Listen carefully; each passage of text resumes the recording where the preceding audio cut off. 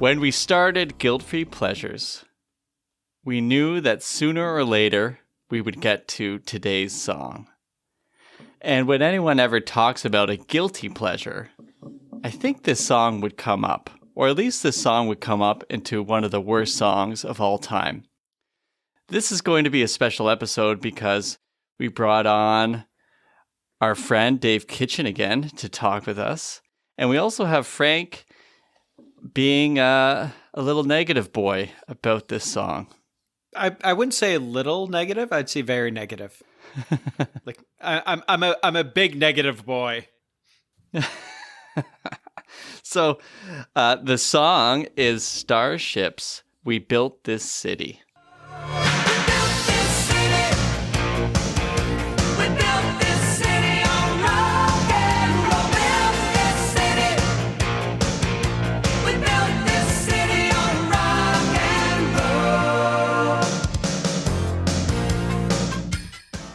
I can hear the collective groan across the interweb, because you only listen to this once, right? Like it's all only played at one time, and everybody listens to it at the same time, right? That's how podcasts work. Is that how they? I don't know. Can someone please tell us how podcasts work? I'm gonna jump straight to the category. Would Chris Newkirk like this song? I'm gonna say there's an emphatic no. Okay, so I've been trying to get him on to join us three because that would be a mighty foursome. But he is in bed and he's recording tomorrow with his band, the Julies. So instead, I will read his response to my invitation to join. He said, "Tempting, but I know you guys will kill it. Very nostalgic song for me. It probably sucks, but I dig it anyhow." Oh, Chris. Oh. Yes. All right. Well, it looks like Chris and Bill are on the same team. We know where Frank is, but the wild card, Mr. David Kitchen.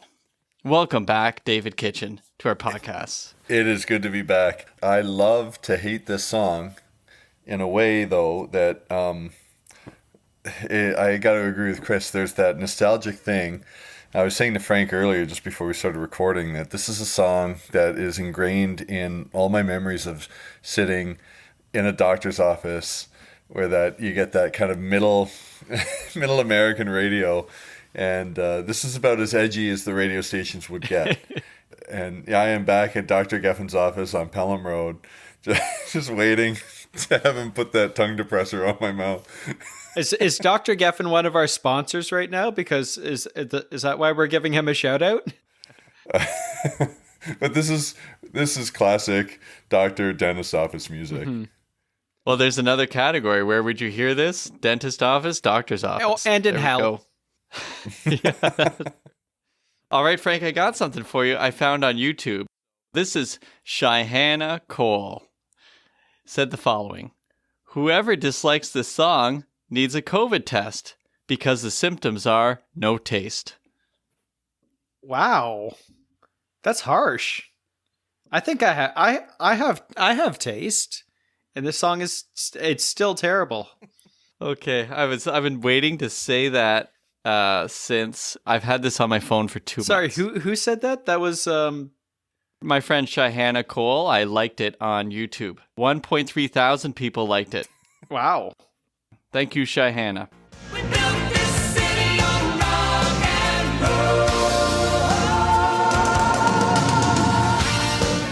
Well, let's talk about Starship. Let's start there. Well, Give a little history. Well, yeah, the history of Starship is they were initially Jefferson Airplane, right? So a psychedelic band from the 60s and 70s, which morphed to Jefferson Starship and then just a Starship. So that's a pretty big swing that they've made, right? Going from psychedelic rock to corporate cheeseball rock, or whatever you want to call this song. Well, and also the growth from just kind of a regional airline to transcending in beyond the stratosphere and going all the way into space. So you got to give them credit for that as well. I think this band is in that car that Elon Musk sent into space. And they're just cruising, listening to "We Built This City" on that radio as they're flying through space, about to crash into the moon, apparently. I think this song represents kind of perfectly what happened to the hippies. I was talking to Kitch about this morning, and you have that sort of Woodstock moment, and really was a moment. The whole Woodstock movement and all that stuff really feels like you might be, maybe it's 2 years, maybe the whole Woodstock to Altamont is within, I don't know, is that 6 months, 9 months, something like that, where everything goes bad, at least in terms of the symbolic sense. And what becomes of the hippies by the time they get to the 80s is you're going from, I don't know, Vietnam War era protesting stuff to Reagan era, big hair, big money, lots of color. It's a lot of selling out, right? But I mean, this song is they're fighting corporate rock, Frank. No, they say that they're fighting corporate rock, but this is the most, like, it was written to be a marketable song. Like, listen to it. It kind of checks all those 80s boxes. It's not a protest song. The lyrics might sort of skew that way slightly, but the song is not a protest song. It is like firmly ingrained in sort of corporate commercialism 80s. If I may reference the Matrix movies, do you remember how spoiler alert, how Neo ends up defeating everybody? He takes in all that they have and then explodes it. So I like to think of this song as a ticking time bomb placed inside corporate rock and roll. No, it's a ticking time bomb, and it exploded all its awfulness all over the radio. I got to agree with Frank. This song reminds me of, I have the same feeling about this song that I do with anything that comes from Imagine Dragons. And any song that Imagine Dragons sings, to me, sounds like it would be a commercial. It doesn't sound like an actual song. Yep. And this song sounds like, the lyrics are about a city, but you could change the lyrics, and this is a Chevrolet commercial in the 80s. Yep. Yeah. Hands down, right? Something like that. There's definitely a commercial feel to it. It does feel that these are 60s rockers that are now in the 80s and haven't come to terms with the shift and are still trying to write rebellion songs. And it's got the, I don't know if we're talking about lyrics, but it definitely tries to tell a story about them being put down by the man, whoever the man is. But these are all sort of millionaire rockers now who've been in bands for 20 years, asking us to feel sorry for them in some way. But it feels like they've been doing what they needed to do for 20 years. Like, this song should have come out in the 60s, but it came out in the 80s. And it doesn't have, you think back to that, is it the Don Henley song, The Boys of Summer, where he talks about the A deadhead sticker on the Cadillac. The deadhead sticker. So he's at least aware of the shift where everybody's grown up. They all have mortgages now. They're probably all voting conservative. Yeah. And this band is still trying to do the thing. Like, no, they're keeping us down. We got to fight. We got, and it's, I'm not sure where the fight actually is. But they're fighting in the most conformist, like, sounding way. Well, that is the irony of the song, right? Yeah. I don't know if this song is clever enough to be ironic. Well, the irony is for us, I guess, not for them. Although they can laugh all the way to the bank. It did quite well. And I mean, one of the interesting parts of it is that the Jefferson Airplane were writing kind of their own music. Grace Slick wrote the White Rabbit song. And it's, it's something else, right? And then by the time we get to Starship, I mean, she's come out of rehab. She's sober. So she's living a different life by then. But she's just there to, like, make the money. From what I can gather, or at least reading the articles I've read. And so they're getting other people to write music and they're bringing it in. And Mickey Thomas, when he heard the demo, he thought, oh, this is a pretty cool sounding song. They weren't really even thinking about it in terms of what the message it was saying. Although Grace Slick has complained about this song. She said, it doesn't make any sense and it's a terrible song because you don't build cities on rock and roll. You build cities on things like she mentioned like pears and olives or something in California, and she picked a bunch of other places. And I gotta say, listen, Grace, these songs and the songs that we feature in this podcast aren't trying to change the world. And you gotta know, we built the city on rock and roll. Listen, Grace, it's a metaphor. You can't literally build it on rock and roll. At least I don't know, but you know who would know? Frank knows because he's an architect. Oh, I pretend to be. You can build it on rocks. Is this why that building is tipping over in San Francisco? No, you're thinking Italy. No. There's a building in San Francisco Italy, that's like yeah. tilting like 3 or 4 The inches. Leaning Tower of Pisa. That's what you're, right? Right. But San Francisco's city by the bay, I guess they've got some water issues. Maybe And they just need to earthquake put some more issues. rock and roll on the bottom. Yeah, they need. When you dig down deep enough, it's just amplifiers and guitars, but no actual no concrete or anything like that. No foundation. Yeah, they let the hippies build the city, and this is what's come of it. Yeah. The thing I like about the song is its commercial. The very thing that it's hated for just kind of brings me back. Where like, if it's on the radio, I'm not turning the channel. If I hear it on my Spotify, if it comes in, I'm listening because it puts in all the elements that I like about a 1980s tune. Yeah. And I heard a guy say today, it's not going to change the world and it's not the greatest song of all time. But if you think this is the worst song of all time, you need to listen to more of the stuff that's been coming out and listen to some of the stuff from the 80s. There is some horrible, horrible music. And this is not one of them. Maybe this is best of the worst or worst of the best, but it is not the worst. I think it's considered the worst because it did hit number 1, right? Like it was a popular song. It did very well on the charts, but I think that's kind of just like, how could a song this bad be number 1? That sort of puts it at the top of the list of the worst songs ever created. Just because I think everyone knows this song. Yeah, there are a lot of terrible songs that have been written and released, but not everyone knows what they are. So I think just because everyone knows this song, that's why it's at the top of the list. And if you put it in its time and place, it's not that unusual in terms of its sound.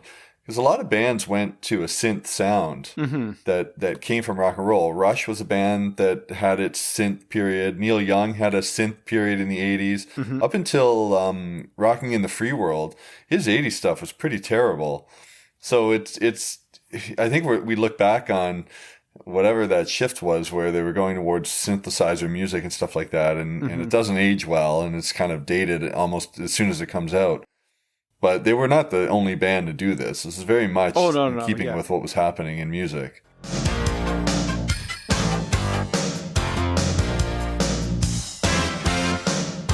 I am bringing up what was number 1 at the time when it came out. So I just need to find it here. While you do that, it's you were talking about Grace Slick and this being a money thing. She retired in 1989, just 4 years after the song came out. And she was 46 when the song came out. So I saw an interview with her today, or I read an interview today where she said people shouldn't be playing rock and roll after 50. She said you can do folk and jazz and stuff like that until you're 150, but rock and roll should be. It was kind of ironic because of the lazy way they did it with the rebellion stuff. But she said it should be about anger and it should be about that stuff. And if at 50 you're still angry, then you got to get out. We all know my favorite resource for research is Wikipedia. And when you look at the Wikipedia page for this song and you scroll down, it says there's that See Also section and a link to another page. And the See Also section says, list of music considered the worst. So, I mean, Wikipedia says it, so it's got to be pretty bad, right?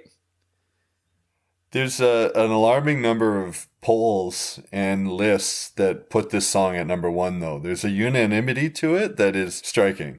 It's one thing to see one poll or one list say it, but there's a number of polls that have this song at the top of the worst song of all time. I don't want to quote Eric Clapton, but could be Mass Hypnosis. So we got here. Let me tell you the top 5 when this was number 1. Mm-hmm. We Built This City, number 1. Number 2, You Belong to the City by Glenn Frey. Number 3, Miami Vice Theme. I'm picking up on a bit Number of a theme 4. here.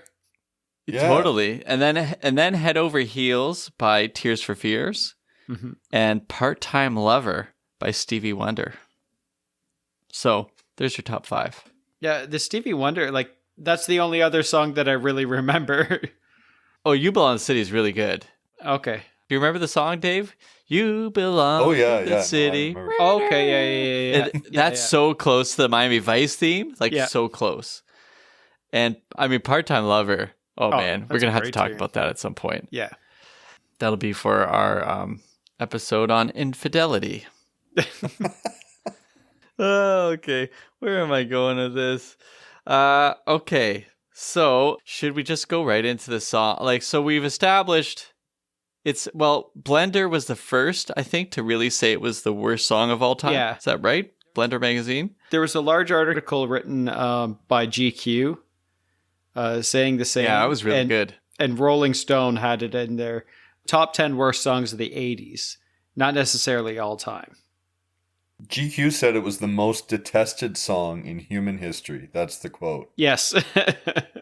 They made an argument kind of for it, I feel, like in that article, that GQ was sympathetic to the song. Or at least that was my reading of it.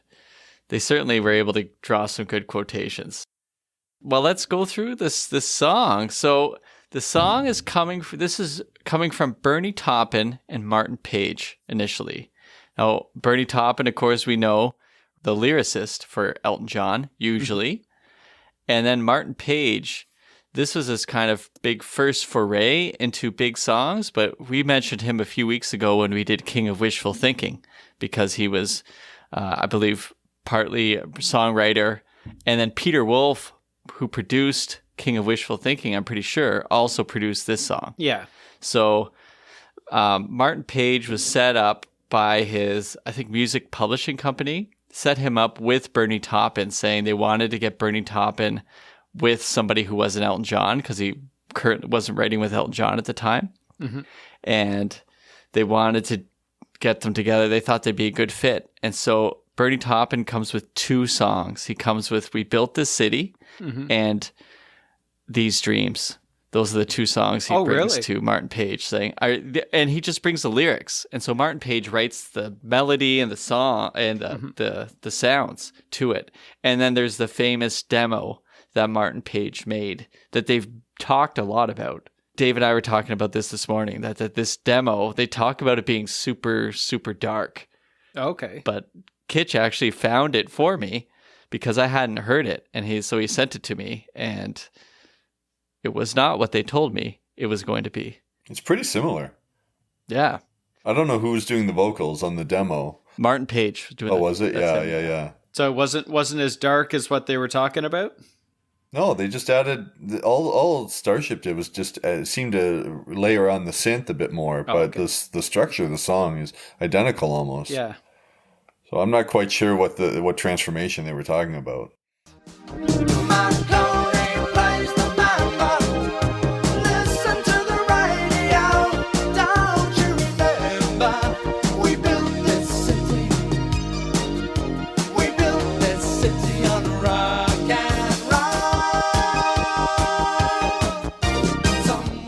Frank, you have Wikipedia up in front of you. Yep. Always. Who are the songwriters listed on this song? Songwriters are Bernie Taupin, Martin Page, Dennis Lambert, and Peter Wolf.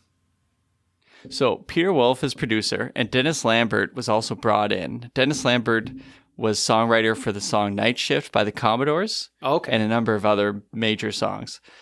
So all they brought to it was, from what I gather, is the so-called chorus, which is just after they say we built the city on rock and roll, it's we built this city, we built this city, we built this city on rock and roll. So that's what they add to it, and they get songwriter credit.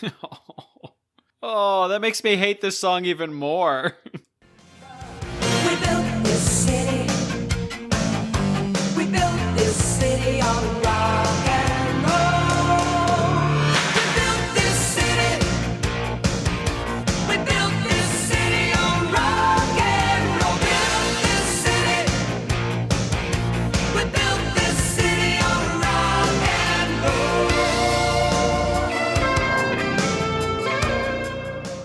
So when you hear the demo by Bernie Taupin and Martin Page, that's pretty much the core of it. They just made it a little bouncier and changed up a couple little things, but the structure is there.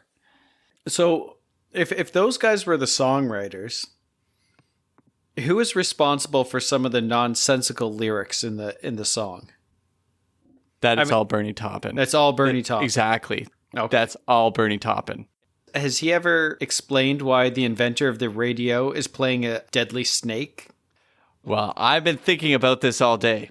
The people keep mentioning that they say Marconi plays the mamba, but they forget to also include that the next line was, "Do you remember we built this city?" This is just a thing singers do.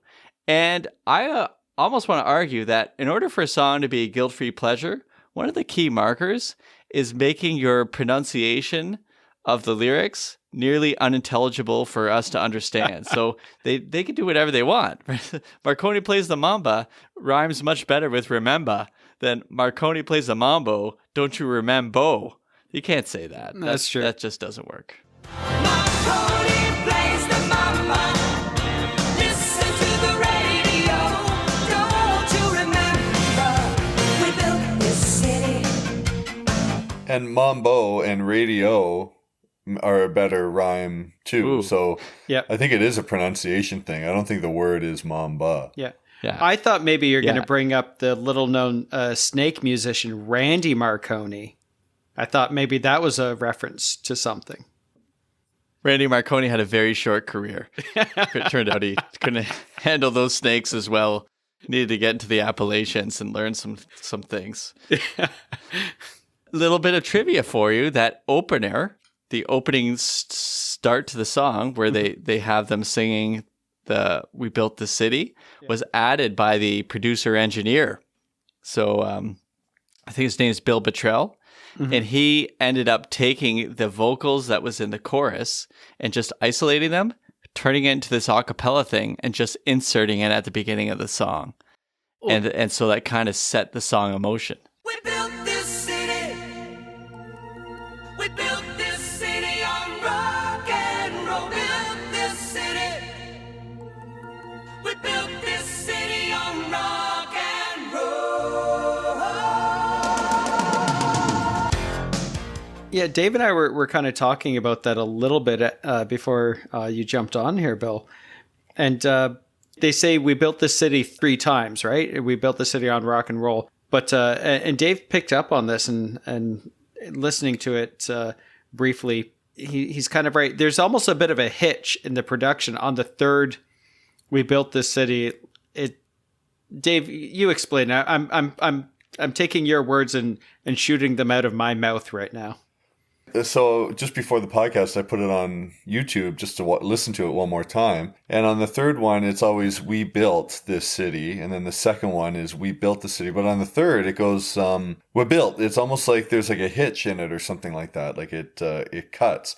So then I went to Spotify and it's on the Spotify version too. So I don't know if it's just me picking something up or if it's an error in the song. But if you listen to that opening a cappella bit on the third "We built," it almost like it cuts in and there's like a half a syllable missing or something like that. We built this city on rock and roll. Built this city. Well, that would make sense that the producer did this, that it might have just been the cut that he was doing. But do you also think that it might be a clue to something? Could this be the start of the next National Treasure movie? Should we get Nicolas Cage to listen to this song with us? I think there's something in that. Could be our big moment to sort of expand our brand. Yeah. Guilt-Free Pleasures, the movie. Guilt-free treasures. No, Ooh. National Guilt-Free Treasures. Yes. Yeah, okay, I can get behind that. So, Bill, you brought up a bit of trivia on that, and so I'm going to bring up my own trivia. So, turns out this song is awful. That's my trivia. You know what? I've listened to the song so many times in the last month, and I have not grown tired of it. So for whatever it is, I just enjoy it. The more I listen to it. So whatever they did, whatever magic, whatever strange magic they used in the production, hey, I'm in. There is something to it, and it's the Bernie Taupin influence, I think. I could hear Elton John doing this song. This is that era of Elton John. Like, you remember the sad songs, Say So Much? Yeah. That kind of era? And I can kind of hear the influence there. So, you wonder... I don't know exactly the timeline about him being in rehab or something like that, but this could have been an Elton John song, and I do kind of hear the influence. I will say that it is a catchy song, right? Like it is an earworm song, which makes it more and more terrible for me because it gets stuck in my head. Like there is a value of it that it is very rememberable. Rememberable. Definitely rememberable. Rememberable. Yes, rememberable. All right, Frank, you're on a desert island. Yes. Yeah, and you have to choose one, okay? I don't know why, but this is just the rules because you've actually been imprisoned on a desert island. So this is a Highlander situation. There can only be one. Yeah. So I'm going to give you 3 song choices. Here we go. You can listen to We Built This City, or We Are the World, or Semi-Charmed Kind of Life. Okay. So could you tell me again that you don't like We Built This City when you're facing those 2 songs? Explain my face to everyone right now. This It's is sort of like the thinker, but not thinking. More like the grimacer. Yeah, he's in a great deal of pain right now. I don't know. This is something I'm really gonna have to think deep on this one to come up with an answer. Yeah, maybe we'll put that out to our listeners. What would they have chosen? And you know that Semi-Charmed Kind of Life is one of my least favorite songs of all time. So terrible. Well, you got to think of it like this, Frank. You're on a deserted island. The first thing you need to do is build a city. I mean, not a city, but a structure of some kind. And so it has to start. Why not have the soundtrack of your very life in that moment with you at all times?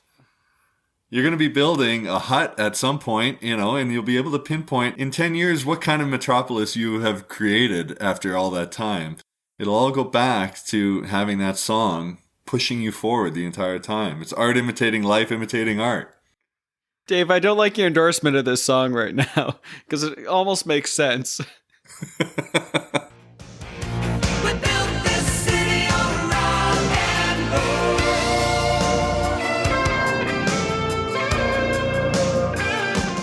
All right, let's take a look at Wikipedia, Frank, in front of you there. Wikipedia did a pretty good job of explaining what the narrative structure is of the song, like what's going on. So could you read what it says the song is about? So it says the lyrics consist of an argument between the singers. So it's Mickey Thomas and Grace Slick. So they kind of tag team the vocals on it. And an undefined you, presumably the music industry executive, who is marginalizing the band and ripping them off by playing corporation games. Yes. So I don't what are corporation games? How are they being played? And how does a band that is signed to probably, and this is the mid 80s, right? So this is in the midst of those giant record contracts. How is a band has probably a very lucrative fat record deal complaining about corporation games? Well, let's go there. So why don't we start with that first verse? Say you don't know me or recognize my face. Say you don't care who goes to that kind of place. Yeah. Knee deep in the hoopla, sinking in your fight. Too many runaways, eating up the night. Yeah, that it's just nonsensical ramblings. Say you don't know me or recognize my face. Say you don't care who goes to that kind of place. Knee deep in the hoopla, sinking in your fight. Too many runaways, eating up the night. It's either super deep or... Oh, no. There's nothing deep about the song. This is as shallow a song as you can find. Well, let's work our way. So you got, then they call up, now Marconi invented the radio, is that right? Yeah, he's called the father of the radio or second uncle of the radio or something like that. I don't know. But I think he was essentially credited with inventing it. So you got Grace Slick's next verse there. Someone's always playing corporation games. Who cares? They're always changing corporation names. I kind of like that they rhyme corporation games and then corporation names. I guess they're stuck. You couldn't change the word corporation. And then we just want to dance here. Someone stole the stage. They call us irresponsible, write us off the page. Someone always playing corporation games. Who cares? They're always changing corporation names. We just want to dance here. Someone stole the stage. They call us irresponsible. Write us off the page. Explain to me what that means. Well, I think you have that this is the corporate person trying to tell them what to do. They just want to dance, but they can't even dance on the stage because they're shutting down the clubs. This is what Bernie Taupin argues. It's about losing the club scene in LA, which Grace Slick says is impossible because LA clubs are never going away. But still, they say they call them irresponsible. Now, I'm kind of with the corporation on there. I think rockers have been pretty irresponsible. At least from Starship's history and the Jefferson Airplane and so on. There's been some pretty tough times. All their friends are dead from drug overdoses. I'd say there's been some irresponsibility. Yeah, they built the city, but it's hard to get inhabitants in there. Okay, so I want to get to this because it gets really kind of crazy. Oh, it gets crazy? It didn't start off that way? Oh, no, because they're going to go political. After that next verse, they say... It's just another I think it's a bridge where they say it's just another Sunday in a tired old street. Please have got the chokehold, okay? Then we just lost the beat. It's just another Sunday in a tired old street. Police have got the chokehold. Then we just lost the beat. But I gotta say, the whole thing about the police of the chokehold, it was a tough listen in these days. Yeah. To hear.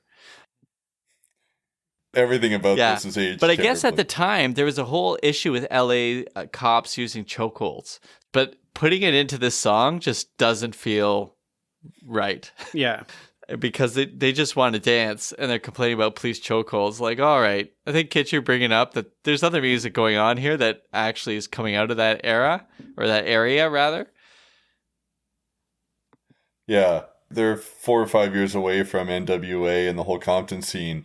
And these kind of 45-year-old white rockers are complaining about stuff.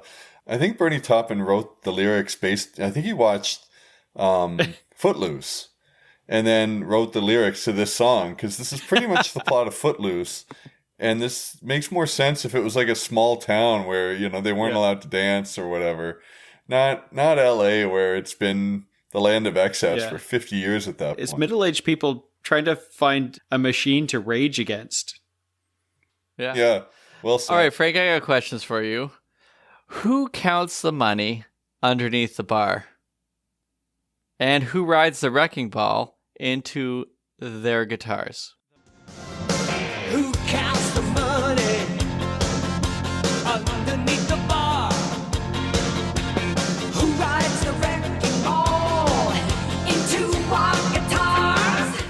The money underneath the bar is hidden, right? So that they're ripping people off at the bar, and then riding the wrecking ball into their guitars. I wasn't sure. At least I heard an interview with Mickey Thomas where it sounded like they're riding the wrecking balls, but wouldn't you be ruining their guitars? So it sounds like they're trying to, oh no, I get it. The wrecking balls are trying to tear down the city that was built on rock and roll. I know who built, it's the corporation people who are doing this. The corporation people are counting the money under the bar? And they're trying to tear down the city. But they're also telling the band that they need them. Don't tell us you need us, but they're telling the band, we need you. This is what the corporate suits are saying. But then they say, we're the ship of fools looking for America. So they're kind of working on this sort of Columbus thing. Again, didn't age well, their Starship. But then says, coming through your schools. Is this the boats coming through the schools? Or Starship is going to change the youth through their rock and roll? Yeah, I think they're hinting at an inevitability where you can't stop. Nothing's going to stop them now, huh? Well played. Don't tell us you need us, 'cause we're the ship of fools, looking for America, crawling through your schools. They're like mannequins Okay. coming to life. The video seems like a bunch of mannequins. Yes. Like everyone's a mannequin to me, especially Grace Slick. Yeah. She's already a mannequin before the mannequin video. Yeah, no, the video is terrible. It's dated, even by 80 standards, it's dated. But there's some questionable stuff going on. The scene where they go, you know, they're talking supposedly about big city, but then they're in Washington, all sort of at the foot of the Lincoln Memorial, and then Lincoln stands up as if their message is the guy who ended slavery in the States is now standing up for their right to rock and roll. And that is not something as well that looks good in 2022. Awful. Awful. Now, it's so awful, it is very watchable because it's amazing because you get to see, it is a sort of a moment of like, okay, there are lots of videos kind of like this. This just gets to exist. I mean, they certainly haven't done the HD treatment as they did with the Wham video and some of the other videos we've talked about. That they just left this. So if you're on YouTube and you try to open it to your widescreen, it gets a lot of pixelation. But it has the bars on the left and right. Yeah. It's not the Yeah. left Yeah. the bars on the top and the Straight bottom. TV. It's still like that 4 to 4. Yeah. Yeah, they're running from there. I think they're in Las Vegas because they're running from rolling dice at one point. Well, which is a big 80s thing. Is like, Yeah. oh, look how big this is. And look at the people running. Look what we can do with the green screen. yeah. It's Raiders of the Lost Ark, but And with that dice. was one of my many criticisms of the video is the song is called We Built This City. The opening lines are We Built This City. And the first 2 minutes of the video is taking place in a small village or pastoral town. Or it looks like Kitch said earlier, it looks like the set of the Teletubbies. Like that made no sense to me. Just like we built this city. It's like, what city? It's a village. Like I see a horse and buggy there. Like, come on. Now, wouldn't that village be a better place to raise your family than the city of Vegas? That seems kind of wicked. So I can't tell if they're fighting against that city or that's the city that rock and roll built. Because that seems like Las Vegas would be the type of city rock and roll would build, at least from what's come out of rock and roll. I love Mickey Thomas's dancing because it's me. It's just not quite like he's. It's 80s video. I feel like Oh man, I feel I can hear the director saying, dance, Mickey, dance, dance.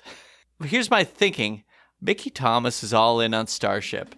And Grace Slick is just kind of there, and she doesn't really want to be there. And so you get this feeling she's sort of playing this role. But Mickey Thomas is giving it all he has. And I feel like Grace is holding it back.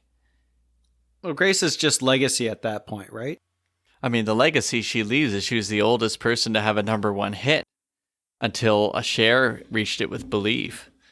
Oh, really? Like 15 years later, yeah. Huh. So she's the oldest woman to have a #1 in rock and roll or in pop music. Oh, Yeah. wow. Yeah, because Nothing's Gonna Stop Us Now came out 2 years later, so she would have been 48. 48. Yeah, and that 47, was where the 48 at record, that she point, kept breaking her own record. Built this city. We built this city on rock and roll. Built this city. Well, do we want to talk mixed? Do you got mixtape or song universe? Oh, it could be kind of one of each, right? Or it could be both, I guess. So we built the city. It has whatever it has about it. Song universe, or I would definitely put it on the same mixtape. Probably mixtape of terrible songs would be... Could you give me some of those? Yeah. Okay, I'm going to give you one right here. How about Kim Mitchell's I Am a Wild Party? Isn't that a good song? Listen to the music. It's circus music. Just like We Built This City is circus music. Okay, so we got Wild Party. I like that. Although I would play that if I had a barbecue in the summer. If I had a bit too much to drink and wanted to torture everybody at that barbecue, I'd put this mixtape on. And then Semi-Charmed Kind of Life. Oh. All right, here's my mixtape. Van Hagar, Right Now. Everybody Have Fun Tonight by Wang Chung. Yes. And Oh, Billy yeah, Joel's yep. We Didn't Start the Fire. There's your mixtape. Can we throw Survivor's Eye of the Tiger in that mixtape? Because I feel that is the exact same song, just like the male band, and then Grace Slick is the female version. They're sort of two sides of a coin. I'm game. Maybe should we make a playlist on Spotify? Should we open it up to anyone who goes in? Call it Marconi's Mamba. Yeah, we're gonna call it Marconi's Mamba. I'll put it in the show notes. And if you'd like to add a song that would go with We Built This City, put it into our Spotify playlist. I feel maybe Peter Cetera's Glory of Love needs to be in this as well. Kitch, that's you're very dangerous. Now it's getting Very serious, eh, dangerous Frank? ground that you're treading on here. I need to calm down here a little bit. Holy cow! Oh, Kitch, you got me hot there. All right, I'm gonna ask you, what are other songs that utilize a sort of radio interlude? Okay, name me some I got a couple songs here, and okay, I think I only have two with the radio interlude. Give me one of them. Radio interlude. I gotta go, and it's timely, but it's gotta be Paradise by the Dashboard Light. The whole The baseball, baseball bit, right? Yep, that's the one. Does Radio Song by REM and KRS-One have a radio interlude into it? I don't think they have a radio interlude, but Drinking in LA by Brand Van 3000 has a great radio interlude. Yeah. Oh. So that'd be my other choice for radio interlude songs. Now, the radio interlude, little trivia, that guy was Les Garland, who was a famous DJ for a while, or was a DJ, became especially famous for being an MTV executive. Yeah, that's right. Yeah. So what a move to get an MTV executive to do this sort of interlude. And I watched him do it live at the New Year's Eve party, 1986, for Starship. And he got on stage and did it. And not only does he do that, later he gets Grace Slick's daughter, China, gets a job as a 16-year-old to be a VJ after this song. Okay. Huh. Corporation games, my friends. Yeah, exactly, right?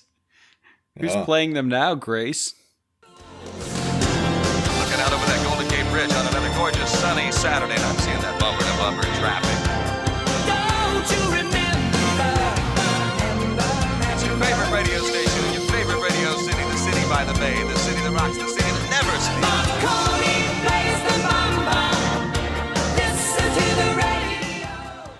Well, I heard some trivia as well about that, is that different cities would take out that interlude and then put in something based on their own, something that was kind of unique to their own because they city. talk about three cities in it. It's the city by the bay, which would be San Francisco, the city that rocks, so Cleveland, where the Rock and Roll Hall of Fame is, and the city that never sleeps in New York.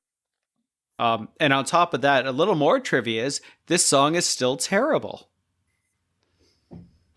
A little more trivia for you. Frank would choose this song if he had the right options. Okay, now, next category that I'm making up here. Let's go through versions of this song in over the last 40 years. So I don't know if you went through this. I don't think you dove as deep as I did. There's a Kids Incorporated version of this song that came out around 88, 89. I don't know if Martique is in it, but there's a lot of bouncing off trampolines with a wow, wow, wow sound, which is kind of odd. Say you don't know me.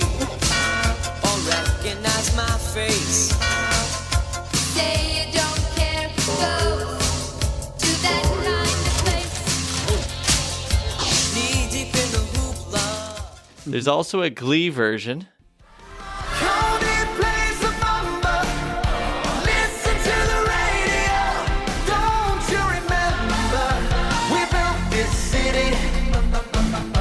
We built this city on rock and roll. We built this city.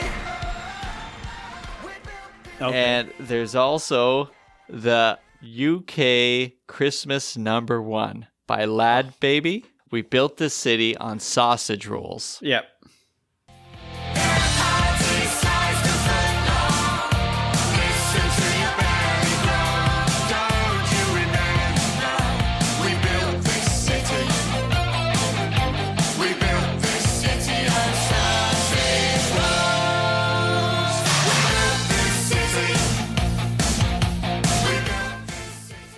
So I'm partial to the Kids Incorporated and then to sausage rolls, and definitely way down is I'm just not a big fan of the Glee version. A lot of Glee is just karaoke to me. Yeah. No offense to the listeners, but they did have a couple good things going on there. But after a while, I wasn't buying it.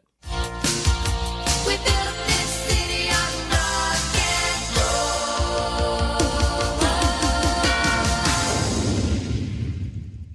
Did you know that Mickey Thomas got into a fight with the drummer in like the late 80s when things weren't going well? And they ended up having to like take his face off and restitch it back on, according to Mickey Thomas. Really? He got into like a major fight, like a dust up. When you get your face ripped off, that's more than a dust up. It's like it was some sort of cranial remover where he had problems around his eyes and stuff from whatever happened.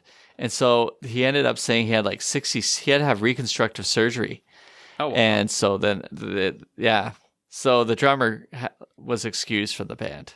But Mickey Thomas, like, I didn't see signs of it when I watched his interviews. Really gracious guy in terms of how he talks about the history and legacy of Starship. And even though he's been sued by like Grace Slick in the 90s, had nothing but kind things to say about her. Nice things to say about the drummer who ended up hurting him really bad. So he always has, I think he's got a good outlook on life. He recognizes what he was in, what it's kind of brought to him. So I give him MVP. MVP of the band? Starship. Yeah, MVP. Yeah, I'm reading this. It says, reconstructive surgery involved a cranial facial entry, which, quote, basically means that they took my face off and then reattached it with 60 staples in the top of my head. That's terrible. That's so weird. Question for you. Yes. What activity would you be most likely doing if you listen to this song? That's a good I question. think I could imagine myself running while listening to this song. Or I think like an aerobic, like a heavy aerobic sort of dancing, like a Richard Simmons sweating to the 80s. I would sweat to We Built the City. I'll agree with you in a certain extent there. I could see running away from this song, but that's the only activity that I'll be doing. Yeah, this seems like a Hal Johnson, Joanne Yes. McLeod the soundtrack. This would be one of their songs. So they use, I got them listed here. So the instruments that they were using in this song was the synclavier, synthesizer, sequencer, and there's a couple other things. So they're all new things to them. They were so excited to try these out, but it ended up becoming this thing that got used more and more. But I wonder about when this song came out, if it sounded like something new, or if it just already, I don't think it sounded tired yet. It got tired later. I found that like listening to the song, especially at the beginning, there's a bam, ba bam, ba bam, and then bam, bam.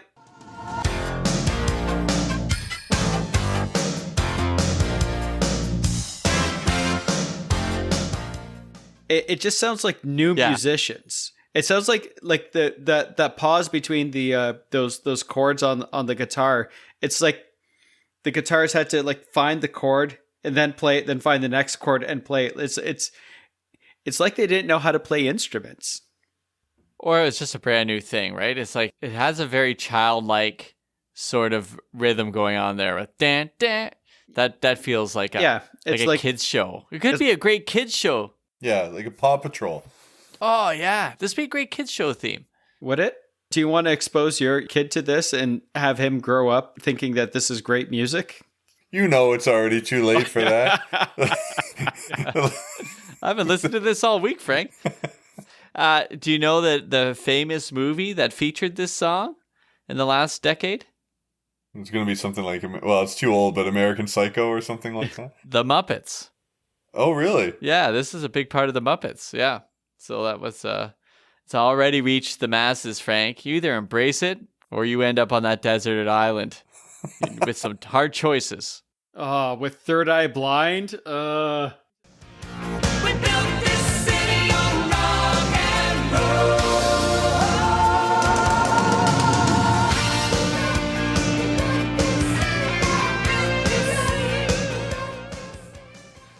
Okay, as far as guilt-free pleasures go, I mean, I'd like to work towards a more concrete definition, or at least defining the boundaries. Even though, Frank, I know you don't like this song, but for our listeners, would this be a guilt-free pleasure? Does it have elements that would make this a guilt-free pleasure? I like to think that even as toxic as the internet is, that our podcast is a safe space where everybody can have their opinion. I might not necessarily like it, but you can have your opinion about terrible music, and it can be a guilt-free pleasure to you. You listen to your own heart song. I think that's something that we haven't really talked about a lot recently on guilt-free pleasures. But if this is your heart song, then it's a guilt-free pleasure to you. Might not be a guilt-free pleasure to me, but it's your guilt-free pleasure. So the boundaries are the boundaries of your own heart. Wow, that's so touching.